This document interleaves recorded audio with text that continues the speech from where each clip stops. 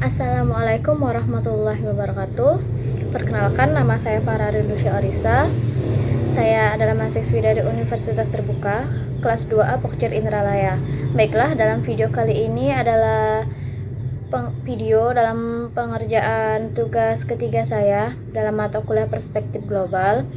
Baiklah, dalam video kali ini saya akan menjelaskan tentang peta konsep, yaitu dari modul 1 sampai modul 6 mata kuliah Perspektif Global. Nah, dalam mata kuliah Perspektif Global ini memiliki 6 modul.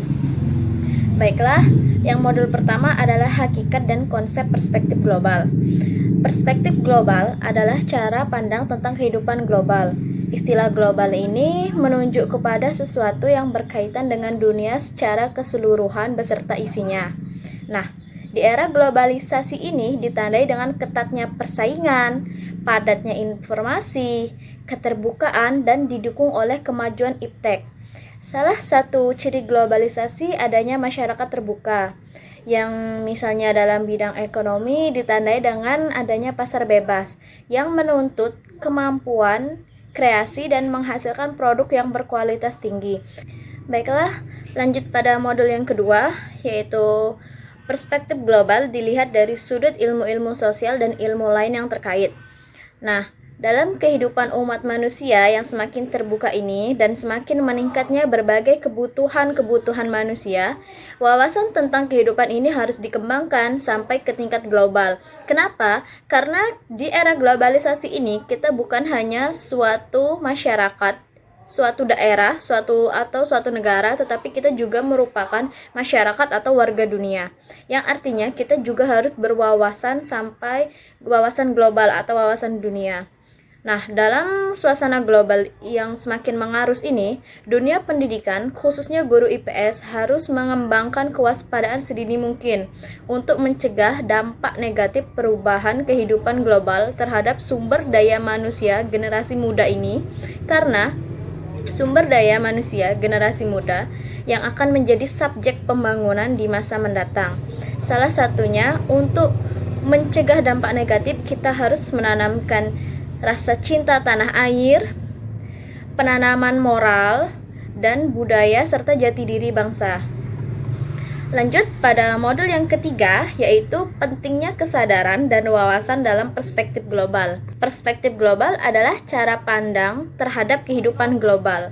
Sebagai bangsa Indonesia, kita harus mempersiapkan diri untuk ikut terjun, bukan hanya sebagai warga negara, misal negara Indonesia, tetapi juga sebagai warga dunia. Sebagai warga dunia yang baik, kita perlu berbekal pengetahuan, sikap, nilai, dan aktivitas sosial yang mendunia sehingga dapat mengikuti perubahan dunia yang begitu cepat. Perspektif global ini mencakup dua sisi, yaitu kesadaran dan wawasan. Tanpa kesadaran, kita tidak dapat memahami masalah global, dan tentu tanpa wawasan kita tidak akan mampu bertahan dalam kehidupan global sekarang. Sebagai warga negara, kita harus menyadari peran dan fungsi sebagai warga negara dan sebagai warga dunia. Baik, kita lanjut ke modul yang keempat. Modul keempat itu dengan judul isu-isu dan masalah global dalam kaitannya dengan kepentingan nasional. Nah, bila kita berbicara dengan isu dan masalah global, maka tidak akan ada habisnya. Seperti pertumbuhan penduduk dengan segala kebutuhan hidupnya menjadi faktor pendorong dan penerapan iptek dalam berbagai bidang kehidupan. Selain kemajuan iptek, penerapan iptek dalam memanfaatkan sumber daya alam dan lingkungan, selain mampu meningkatkan kesejahteraan hidup, umat manusia juga dapat menimbulkan masalah global. Seperti pada istilah menjadi tuan di rumah orang dan menjadi budak di rumah sendiri. Ini merupakan salah satu perbedaan antara negara berkembang dengan negara maju. Karena kemajuan suatu negara tidak diukur dari kaya miskinnya sumber daya alam di tempat tersebut atau negara tersebut, tetapi tentang kemampuan sumber daya manusia yang dapat mengolah sumber daya alam tersebut. Sebagai contoh, kita warga Indonesia yang masih minim akan sumber daya manusia. Itulah mengapa orang atau masyarakat dari luar negeri yang memiliki kemampuan sumber daya manusia yang baik, mereka datang ke Indonesia dan dapat mengolah sumber daya alam kita dengan baik.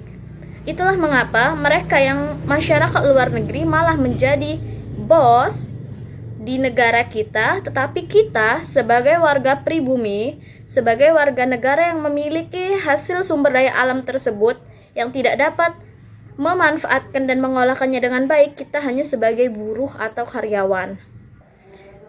Baiklah, modul yang kelima yaitu isu-isu dan masalah global dalam kaitannya dengan pembelajaran IPS di SD. Suatu fenomena dan isu dalam kehidupan sosial di masyarakat dinyatakan sebagai masalah global. Pemaknaan negara maju dan negara berkembang yaitu pada perbedaan tingkat kemakmuran masyarakat. Nah, negara-negara di permukaan bumi tidak terletak pada kaya miskinnya sumber daya alam negara tersebut seperti pada modul 4 tadi, tetapi melainkan ditentukan oleh kemampuan sumber daya manusianya yang memanfaatkan sumber daya alam yang dimiliki untuk kesejahteraan rakyatnya masing-masing. Kenyataan yang demikian menjadi landasan peningkatan kesadaran kita semua, khususnya guru IPS, akan pentingnya pendidikan, memperbaiki kualitas kemampuan peserta didik untuk masa yang akan datang. Baiklah, pada modul yang terakhir yaitu modul ke-6 dengan judul Model Pembelajaran dan Evaluasi Pembelajaran Perspektif Global. Nah, dalam model pembelajaran ini bukan hanya memanfaatkan sumber yang majemuk dan menggunakan multimedia, melainkan juga menerapkan multimetode, yaitu melalui ceramah, tanya jawab, diskusi, tugas, dan karya wisata. Serta multistrategi, multistrategi ini pembinaan konsep, pengembangan nilai dan sikap, pengembangan keterampilan, berpikir kritis, dan tata cara bertanya yang efektif, sesuai dengan perspektif global. Sedangkan evaluasi pembelajaran pada pembelajaran IPS, khususnya pada lingkup perspektif global, dilakukan mulai dari awal dan akhir proses pembelajaran. Evaluasi ini dapat kita lakukan melalui tanya jawab, diskusi, tugas, dan tes tertulis.